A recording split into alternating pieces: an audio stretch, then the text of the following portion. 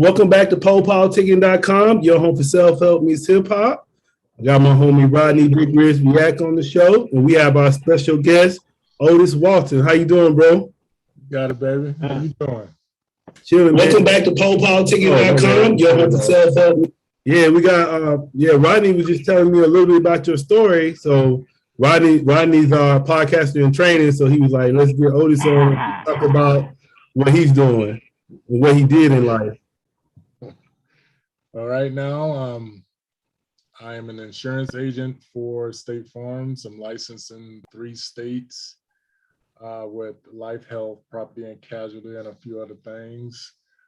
Before I had done 30 plus years of security and close protection, did a couple things up in LA, got a reality TV show on the resume. But other than that, I live a quiet, peaceful, non-existent life. What was the reality show you was on? Robin Big Show, MTV. Yeah, it was a lot of fun. There was a lot of craziness going on at the same time too. So I was the guy that you always seen in the back that you never wanted to mess with. Oh. So Rodney, I'm gonna let you take over, Rodney, for a little bit. Yeah. We need the stats. Height, weight. What you pushing? What you doing? Oh man. Right now I'm about 340, 345. I stopped lifting weights because I kept losing partners. I got up to about 700 bench. Wow. I don't even know. 700 pounds. You get in there and you get good till you got to do what you got to do. I don't know what I did with my legs. I pressed a lot. That's all I know. You played sports like growing up? You was in any sports?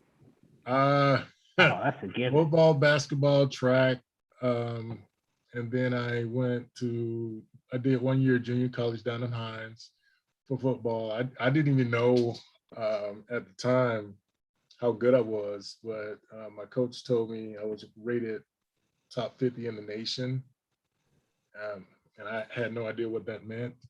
I graduated in 3 days after graduation, and I was on the parade deck at Paris Island, dedicated to the Marines. I found out while I was in the Marines that there was about 30-something colleges that were looking at me, but I was too far gone at that time. Yeah, I was in the Marines too for a little bit. I was only in from 2000 to 2004. Yeah. So shout out to the military, man. What years veteran? 88 and 97. Okay, that's what's up. You was in for a minute too, though. 9 years. Yeah, that's what you want. 8.5 maybe. I don't know.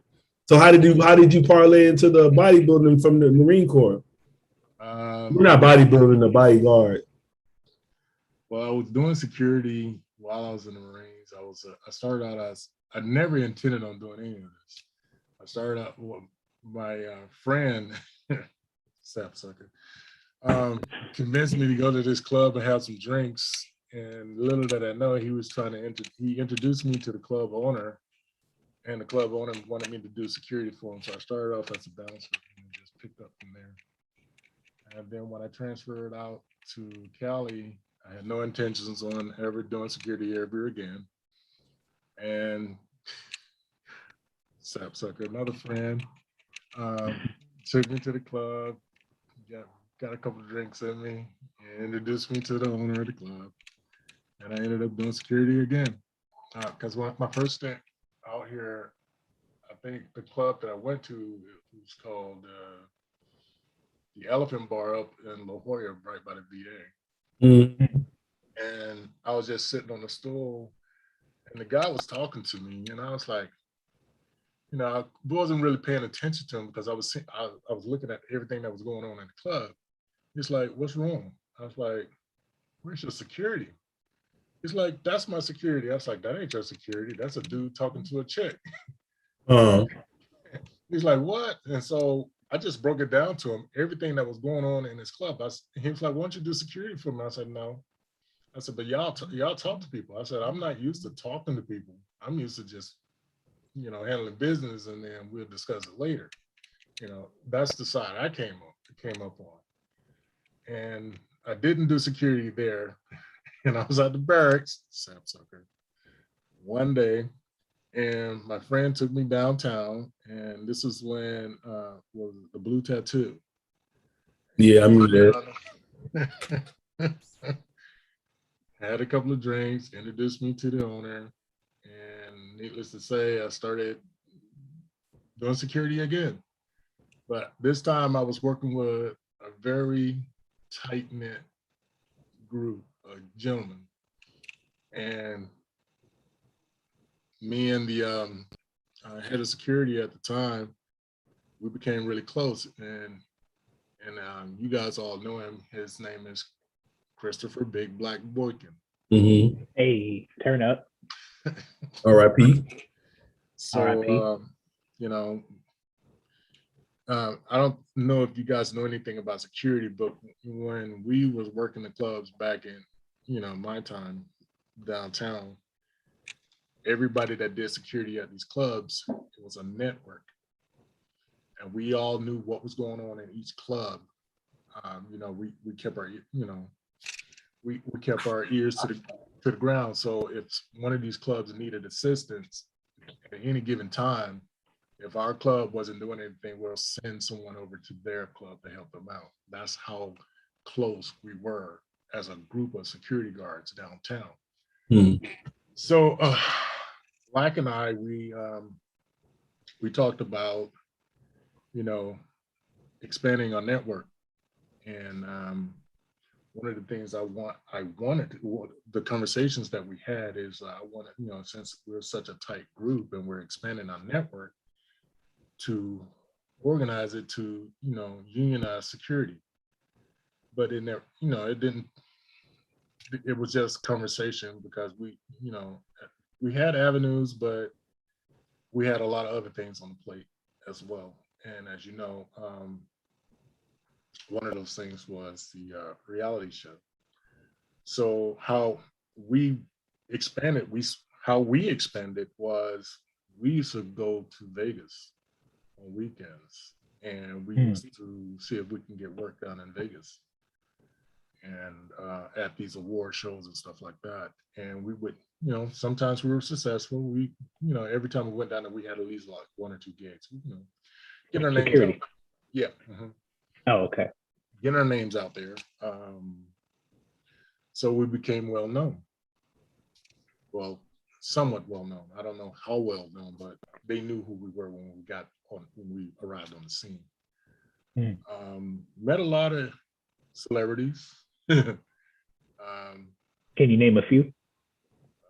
Ooh, man, who not? A shorter list is who you didn't come in contact with. Yeah, but one of my favorite, I would say interactions. I wouldn't say meeting. Was meeting Zeus Tiny Liston in Vegas. Oh, R.I.P. He was Debo on Friday, right? Yeah. R.I.P. We're standing against the wall, trying, soliciting for work, and how the crowd just, at certain hotels, I don't know what hotel we was at the time. It's been a long time, but he was walking through the crowd, and I had a friend of mine, sapsucker. I call him that because it's out of love, though. But because everybody knew me as Zeus. Yeah, I was gonna ask you why they called you that. That was one of my questions. Yeah, but he has the name of Zeus, and my friend thought it would be funny when he was walking through, passing by. He was like, "The real Zeus is right here," and Mr. Liston stopped, looked over at me, and I looked at him, and my friend was like, "You want to meet him? You want? I don't know what he was trying to do, but Mr. Liston said, "No, I'm good." And he kept going by. He acknowledged me, I acknowledged him. We did the gentleman, and that was the coolest thing for me. I mean, if we actually had an opportunity to go face to face, the only thing I could do was shake his hand. You know, all I wanted to do was shake his hand anyway. So. Now, stat wise, height and weight, is he about your size? Somewhat. Okay, a little bit bigger. I'm not exactly sure how tall he is, but I think I have him by a few inches. And you never got offered any wrestling, like opportunity to get in wrestling? I don't wrestle. I mean, you bitch 700, shoot. No, I don't wrestle. I never was, offered the opportunity to wrestle or anything like that. No. And then I was going to ask you, so how do you, now I'm thinking about it, Robin Big, that was kind of like one of the earlier reality shows. So how do you feel about, being a part of like, one of the earlier reality shows? And I was going to ask you whether it's actually really real, because now a lot of reality shows are scripted. Let's see. How do I answer that? These reality shows now is more about unknown provocation, more or less. The Robin Big show was a concept. We actually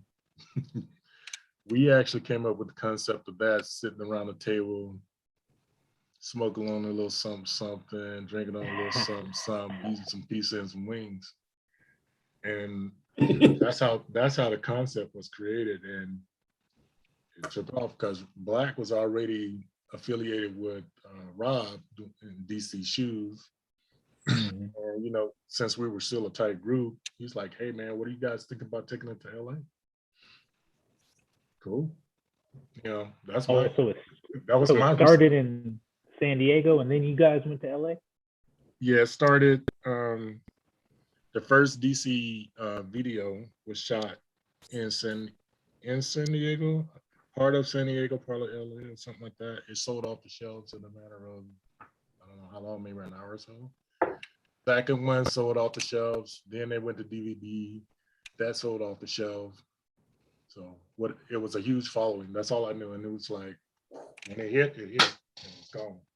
They say he's still showing it on Pluto right now. I don't know if you got Pluto TV, but it's like a streaming television channel. They say they're still showing the reruns on there right now. Don't tell me that. But yeah. Would you say, Rodney? Yeah. So for those that don't know, DC as in DC Shoes, as in Robin Big, who was the skateboarder who had Big Black as his security guard on the show. Yeah, Rob's doing big things now. Yeah, but so what's up with the? I didn't know you was in a rap group too called Chunky Boys. Yeah. Oh, wait a minute! You did some research. I didn't know that. He said because they got him on the Robin Big, but it say Otis, Big Zeus, Walton, a member of Big Bam's rap group, the Chunky Boys. Big and Bam Bam's rap group, Chunky Boys. Yeah. I did not know that. You got bars? No, I don't know. I don't have bars. I was just a backup singer or something. Trying to be a backup singer, sitting back there. Trying to be. You got a couple of songs though. Huh? Oh, I see overweight gigolo. Yeah, that's the one I see. I don't see nothing else. But yeah, I see that one. Wait a minute, where are you at? Man boobs. I see that one. Yeah, they got some songs on YouTube. And man boob. Yeah, that's yeah. Doing work. So what's the song we need? What's the best song that y'all put out? I guess you're gonna have to listen to all of them and pick your favorite. All right, I'm gonna listen to Overnight Gigolo first. Overweight gigolo. I'm saying it all wrong. Overweight gigolo. I think if you come to think about that, I think the Dirty Girl song was played a lot. They had a video with that one. And they had a couple of videos, yeah. I don't follow it too much, my life has changed since then. So yeah, that was a long time ago. Yeah. Yeah, long time ago. Another life.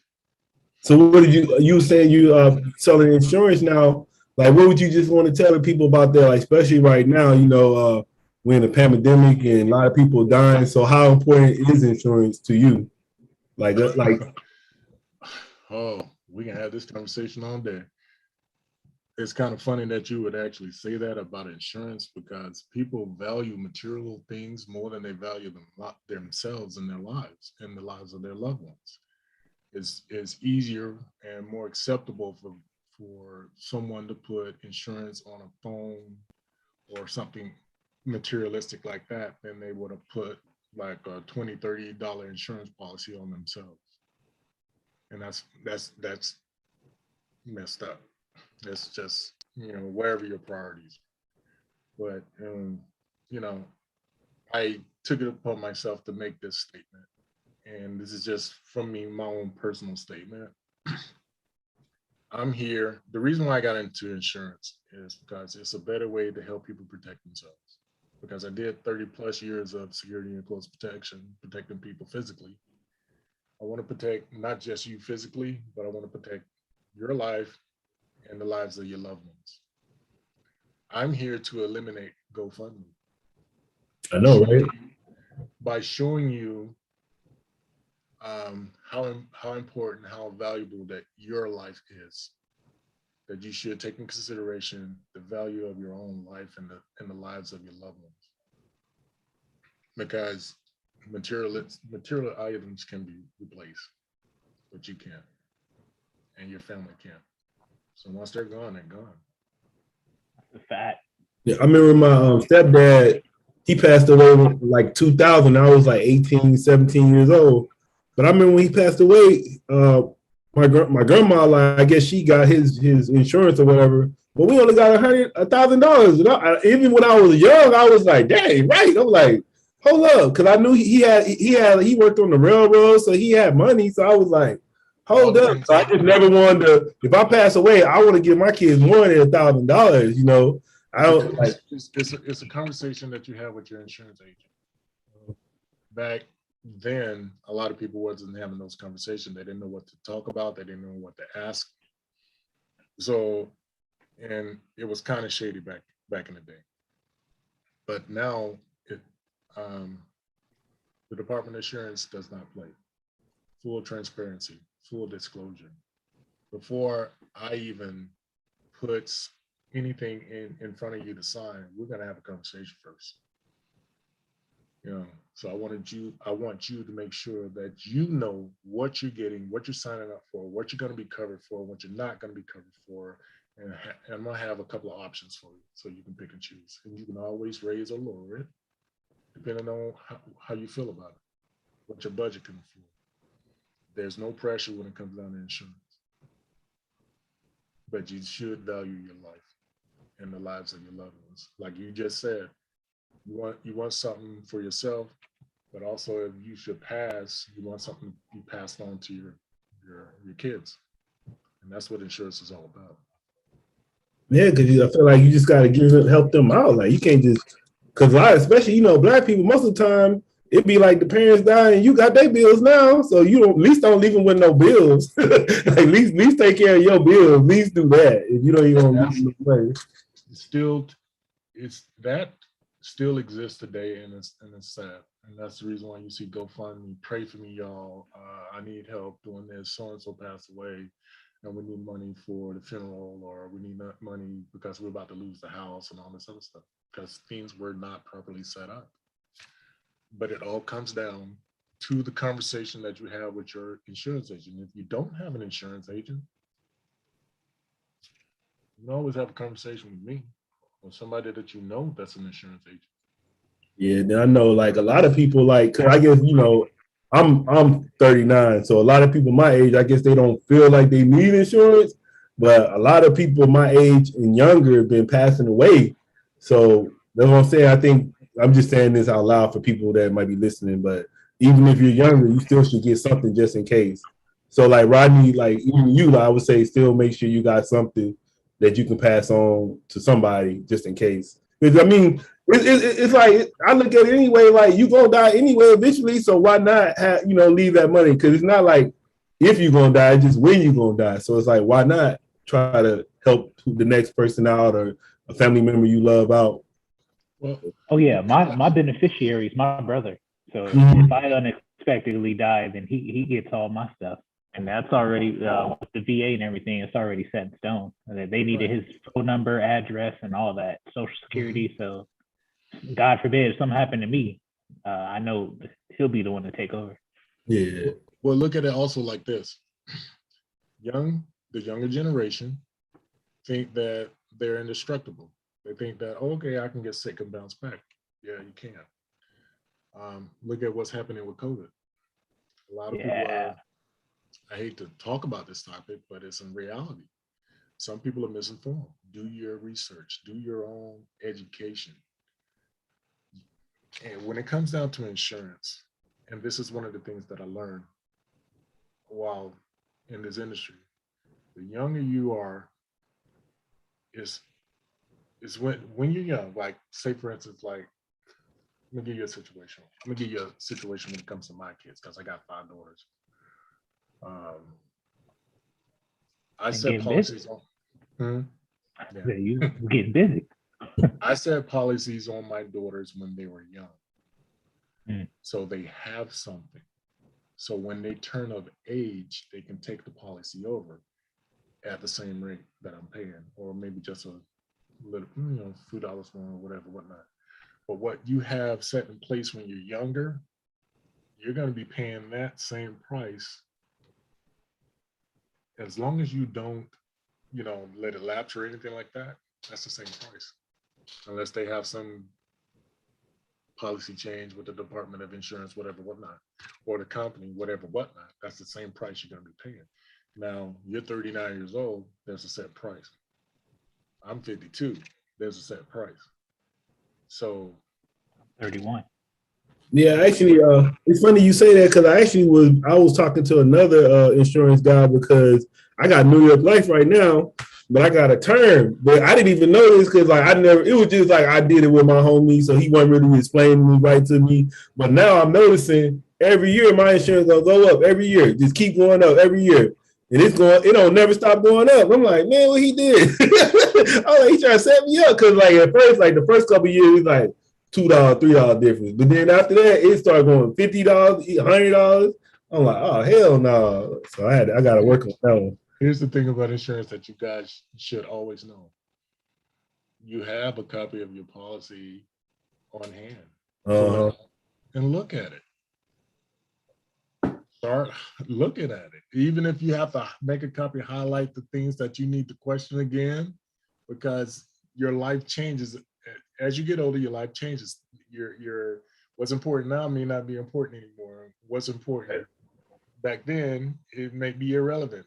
Insurance changed, and that's the reason why we always encourage any client to look at their policy.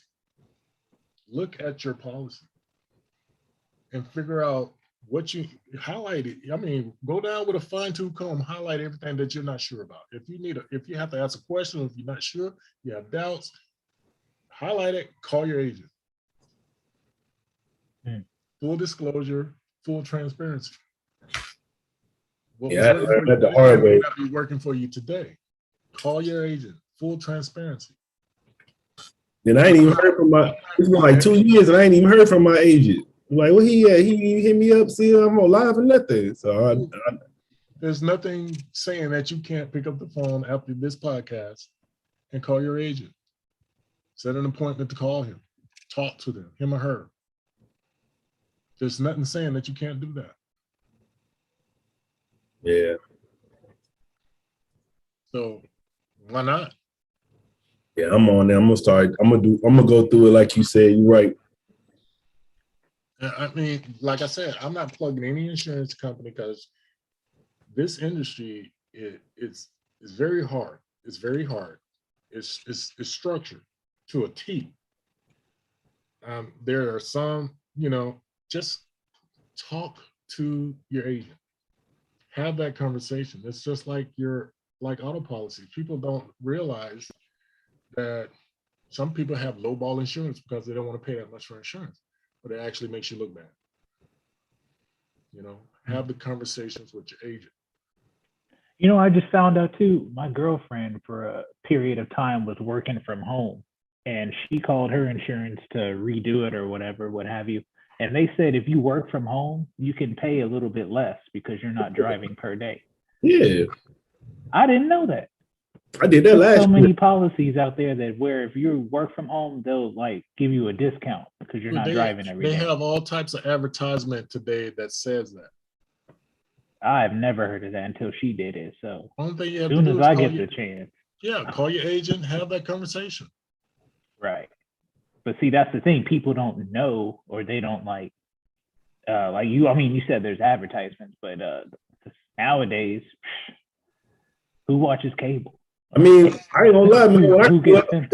I remember my mom, like, I remember growing up, we didn't have no insurance. Like, mom didn't have no insurance on nothing. Like, I didn't grow up like that, so it's like I had to learn. So, especially with the car insurance, I learned that the hard way because I had gotten an accident and I had insurance. So I learned that shit the hard way, like have insurance, like when I was younger. So I had to learn, but like growing up, we was poor. They didn't have no insurance, none of that. But here's the difference between when you were young, when your mom was handling insurance or whether she had it or not, to now where you know about insurance, whether you have it or not. There's so much information on the internet that you have that is easily accessible. And even if you still have questions, you have gentlemen like me. You have ladies and gentlemen like me that are in the industry that you can talk to. You can talk to your own agent. Talk to your own agent. If you're thinking your agent is pulling your chain, then maybe that's, you need to sit down and have that conversation with your family. They're going to call you. If you're in California. Right. I mean, just have that conversation. If you don't want to talk to your agent, you just want to talk to somebody about insurance that knows insurance. I'm not charging anybody. Everything I said is free. It's already, you can already pull up everything I'm saying on the internet. So being in this industry, being an agent in this industry is already hard enough. So, I don't, even though I'm supposed, I call clients and I, have the conversation with them. If you have a better insurance plan than what I can offer, by all means, keep it. But if you don't and you can't get what you actually need or asking for, then call me. We'll have a conversation. Right. We'll have a conversation. There's nothing wrong with conversations.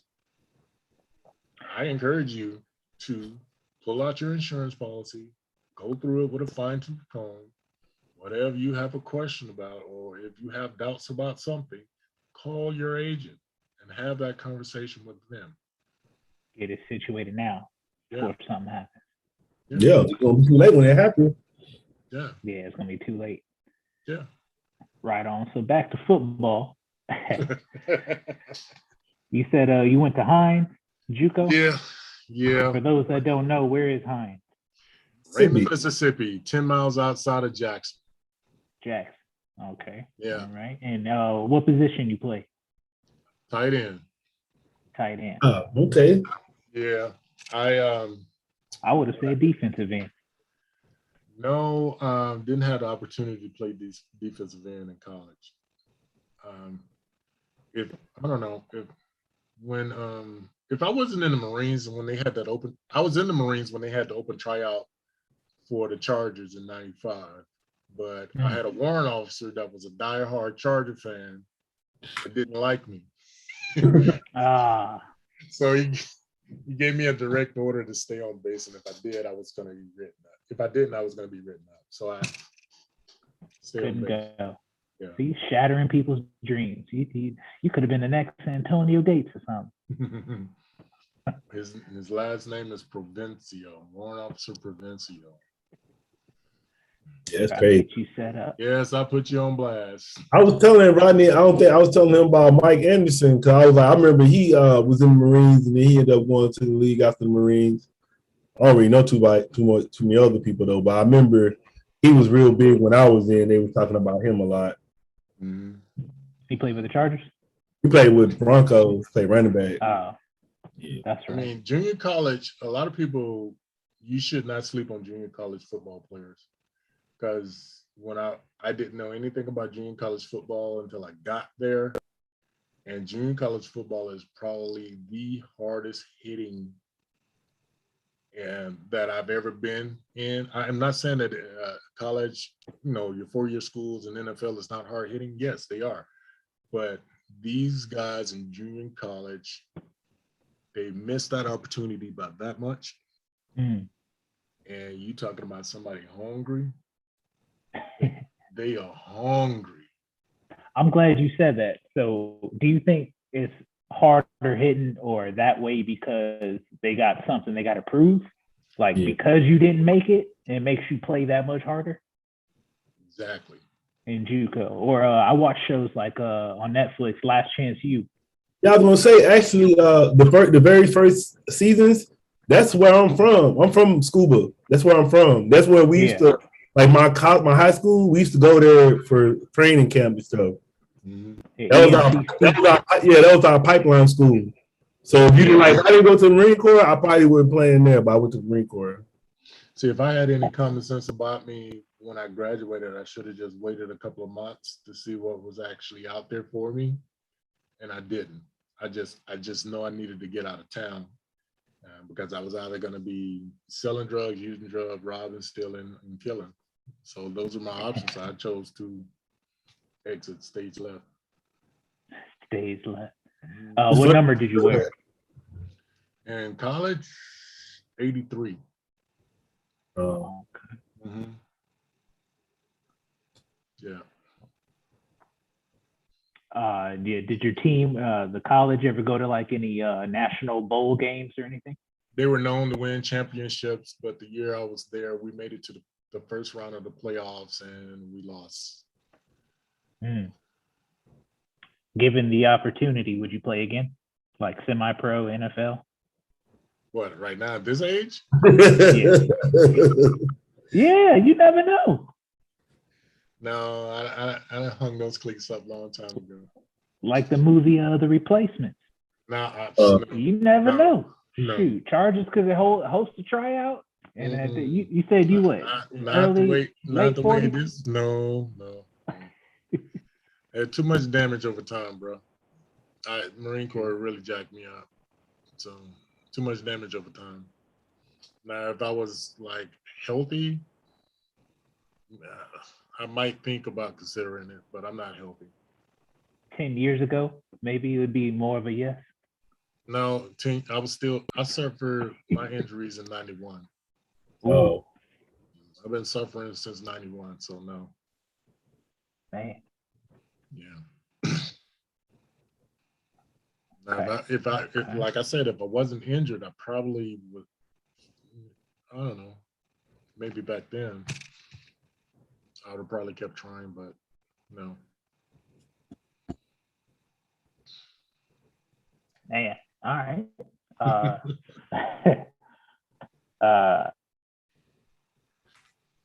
Back to Robin Big. Okay.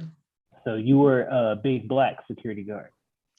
Actually, when I was there, I was doing security, like some events that they did. You didn't see me on camera, but I was there.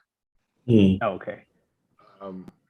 The times that I was on camera, I think I was in maybe 3 episodes. Yeah, something like that. It's been so long, but there were some events that I was there that you never seen me, and you never wanted to walk up on anybody. It was not happening. But there were some episodes that I was on, and Black, he would tell me, he said, "Hey man, go out there and do this." I was like, "Black, come on." He was like, "Yeah, just have some fun with it." So everybody know the infamous BMX thingy, the BMX bike stunt. And then I was on the one where they was at the strip club, and I was on the one at the turtle races. I think that's all I can remember right now. Yeah. Do you still talk to his family, Big Black? Yeah, try to stay in touch with his ex and his daughter, but they're busy too. So she has her own life. She's you know has a life after he passed. So I don't try to intrude on that. But I try to stay in touch with my little niece from time to time. Reach out from time to time. Have no idea where Bam Bam is. We kind of like lost contact a long time ago, and it wasn't really good. I'm just gonna leave it at that. Same with Rob. You don't talk to him anymore? The last time I seen Rob was at Black Life Celebration up in LA. Haven't talked to him since then. Recently, a few months ago, went down to one of my friend's house because I was supposed to pick something up from him. And he was telling me that people were looking for me. I was like, why are they looking for me? And I just, I tried to reach out to Rob, but I just think that I wasn't relevant enough to remember, you know what I'm saying? I'm kind of glad that I wasn't, so it's all good. That's the reason why my life is so quiet and peaceful right now. It sounds like you're being low key anyway. I love being low key, man. Low key, so yeah. I love being low key. That way. Man, you have no idea, man, because when we were popular, you couldn't go anywhere without somebody coming up, shoving a camera in your face, having, wanting you to sign an autograph and just sit down to have a meal, you know what I'm saying? Just to have a meal in public was something. That's all I'm gonna say. It was something. So you were a celebrity? I don't think I was no celebrity. No, I don't even consider myself a celebrity. He was the celebrity, not me. I was just a friend, So, but yeah. I would say, what would you say to far as like since you used to be a bodyguard, what would you say to the celebrities as far as their personal security? Because it seemed like ever since social media, seemed like celebrities are more exposed because a lot of them be posting where they always tagging where they at. So, people be watching stuff like that. Well, I don't think security can do anything about that because you can take a photo from somebody 300 yards away. Just always have your head on the swivel. That's all I can say because some of the clients that I was with, I can't name them. I'm not going to name them. You just have to keep your head on the swivel because back then compared to now, it's totally different. It's funny. That's what we used to say in football. Mm-hmm. You ever did kick return? Man, kick return was scary. I man, you gotta pay attention on a kick return. You'll get your block knocked off on kick return. I played quarterback.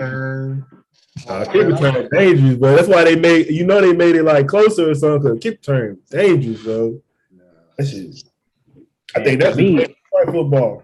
I played QB, so I always had to keep my head on the swivel because somebody hits you from the blind side, it's over. You played quarterback? Yeah, I played you. You was good? Chris, they call me the Black Peyton Manning. For real? I got a football in my trunk right now. My first time hearing this ever. I know my family laughing at me right now, but it's okay. Yeah, I played football back in the. When it comes down to football, I was on the kickoff team, so I was going down there just trying to just take everything out. Yeah, but you was a tight end, so you at least 6'5", 280 at the time. I was 3-something. I was on the kickoff team too, but I played center. But I was only like 225, 230. Yeah. Basketball? No, I played center like in football. Okay. Yeah. Center and linebacker, but I started at center. Now, when I was dangerous. No, when I played a little Marine Corps football that in the middle. I was middle linebacker. Man, I hurt my leg I'm actually glad I hurt my knee, but I actually hurt my knee when I was in the Marine Corps playing Marine Corps football because everybody in the Marine Corps don't know how to play football, but they think they know how to play. So I was playing with some wild people. I was making a tackle and they just dove into the pile and hit my knee and messed my knee up. So yeah. I came from college. When I first came out here, at the time I was married, and my wife was at 2nd FSSG, and that was in Lejeune. I'm sorry, it was Lejeune, not out here, but in Lejeune. And she was like, "You want to play some football?" I was like, "You sure you want me to play for them?" And she was like, "Yeah, you just came from college." I was like, "I don't know." And it ended up, man, we had an awesome season. We had a good group of guys. We went all the way to the playoffs and lost the championship game because there was a captain that pulled rank at the last minute, and we lost the game. So he pulled rank right. He wanted to get in. Yeah. Yeah, it's trippy. Yeah. So he was probably sorry. Let's go back to. I was saying, let's black painted man. What's your stats? Hey, you know what I'm saying? Did you start? You started like all the way in high school, like all 4 years? I started up until middle school, 8th grade. Man, see what happened was. You know what happened was I didn't play freshman year. I was kicker freshman year, but I'm a freshman. I'm scared. I don't know what's going on. I remember one time, y'all about to laugh at this. Well, I'm laughing now. So bad. I remember one time the dude grabbed the grass off the field and rubbed it on my shoulder and said, "So it looks like you played." Ooh. Man, I got roasted when I was a kicker. He would not survive playing against me because I would have ate your big butt up. I would have came through that line like butter and just ate and that's when I wish I had a Michael Orr on my team to block you because man, you would have had Michael, you would have had Kevin, you would have had Ken. It wouldn't matter. I was gonna get you. After seeing that, you remind me of a Lawrence Taylor now. Nah, I'm good. Nah. Now if I go back and play, I'd rather play either tight end or defensive. That's the only thing it get me mad. They get me mad like how they always try to like act like, well, what y'all think about Cam Newton getting cut? Who? Cam Newton. He got cut from the Patriots. He need to come to the Chargers if we can afford him. Yeah, I gotta be honest with you. I don't think anything about Cam Newton. Oh. So who's your team? My team is the Raiders and the Falcons. Oh. I had 2 cousins play for the Raiders, so I'm going to support them. And I'm a Dirty Bird fan all the way. So I don't think much of Cam Newton, period. Oh.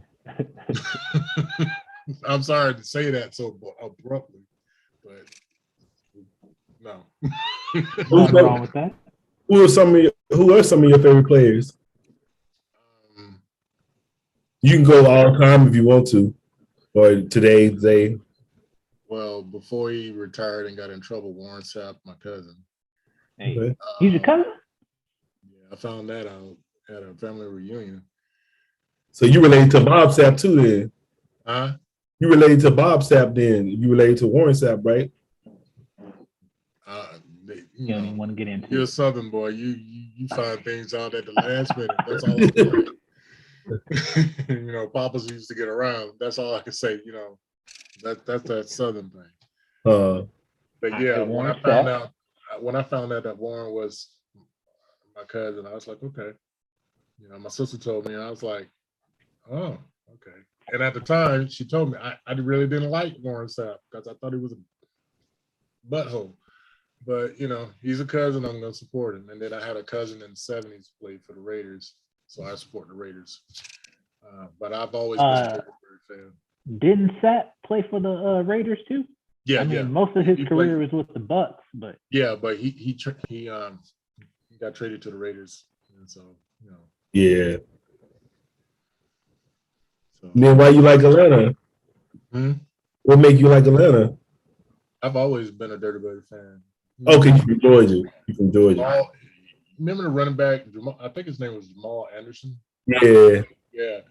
They came down to the Blue Tattoo, his whole offensive line. You know, we had a good conversation with them. You know, I've always been a Dirty Bird fan, but actually meeting, you know, some Falcon players here in San Diego was like, you know, and then we have the infamous Mr. Vic. Oh yeah. Yeah, so you know, you ain't gonna change my mind anytime soon. You know, what is his name? Ryan. He's cool, but I think Atlanta needs to move on. Put somebody there in that place, or back him up or something. Yeah, you see Julio left. I was surprised, but yeah. Julio. Why did he return? Oh goodness. No, he went to. What was his name? Work done. Work done was really good too. Oh yeah. Tony Gonzalez. Forgot about him. No, Gonzalez, he came from the Chiefs. He was really good for Atlanta.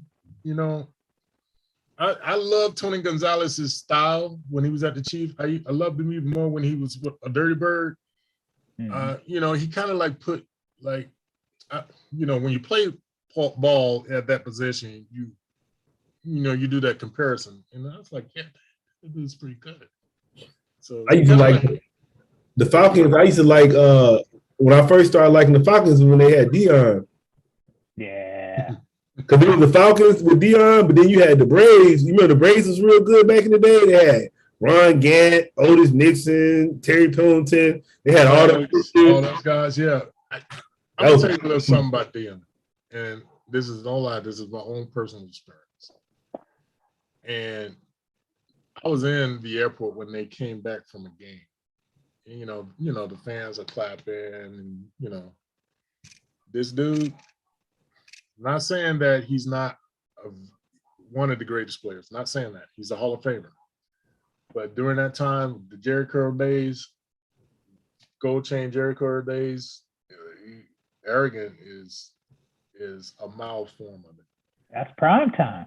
Yeah, prime time. That's basically what you can say. But you didn't hear he got mad at the he just did an interview. The dude was interviewing him, and you know he coached for Jackson State now. So the dude was like Dion. Then he was like, hold up. You need to call me Coach Prime. He was like, you don't call Nick Saban Nick, you call him Nick Coach. And he was like, no, I call him Nick. Then Dion just got up and left. I was like, this time that I was in the airport with some of my guys, everybody was clapping for the Falcons to come in because they had a good game or whatnot. He seen everybody. He stopped. And while everybody's going this way, he took off that way. And I'm just watching him like, dude, this is your support group right here. You know, you just pretty much dissed the entire airport. You know, so like I say, he's a great football player. He's a Hall of Famer, awesome player. Personally, I don't think much of him. His people skills need to be worked on, is what you're saying.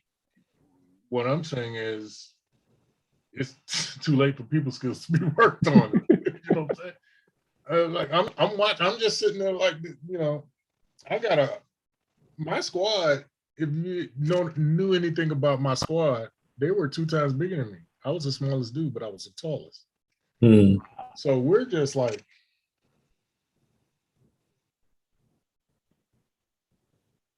okay. And we just kept rolling. You know, when you do security in the avenues that I've been blessed to be at these events and these venues and stuff like that, and you see all these people, you know, you normally see them on TV, but you actually see them in person. You're like, okay, because, you know, I even met Shaq. Now, I'm going to tell you this. That's a cool brother. Yeah, I was just saying, you can tell Shaq cool. Yeah, he seemed like it. I want to meet Shaq. Face to face, and I'm looking at him just like this. He's like, finally, I found somebody just as tall as me to talk to. How you doing, Mr. O'Neill? Yes. I got much respect for Shaq. Much respect. We need to get him on the show. Yeah, hook it up. Check us up.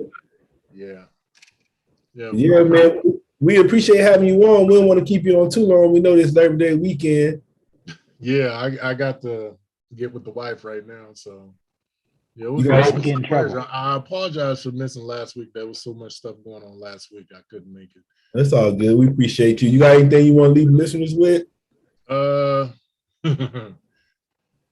Value your life. Always stay faithful with God.